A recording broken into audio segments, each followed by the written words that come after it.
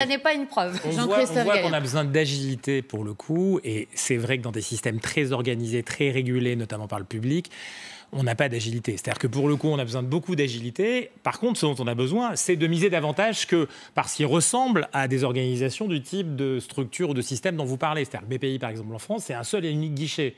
C'est-à-dire que c'est le seul endroit où on peut aller chercher, effectivement, les quelques centaines de milliers d'euros, millions d'euros dans certains cas, et qui pratiquent toujours avec la même scrupuleuse capacité de contrôle, le contrôle de l'innovation. Or, les autres pays ont misé largement plus. Donc, on a besoin de booster à partir de l'énergie publique, parce que c'est nécessaire pour ensuite aller chercher de l'argent privé, cette agilité. Et en France aujourd'hui, et notamment quand on disait, monsieur, votre expert parlait d'une très bonne collaboration avec le monde académique, je serais beaucoup plus critique que lui là-dessus. Peut-être pas dans le bio, en tout cas dans la santé, la nouvelle santé, et en tout cas les biotech, mais sur d'autres acteurs. On manque de cette collaboration, parce qu'encore une fois, on manque de financement public. Et notamment, on l'a vu avec Pasteur et le reste.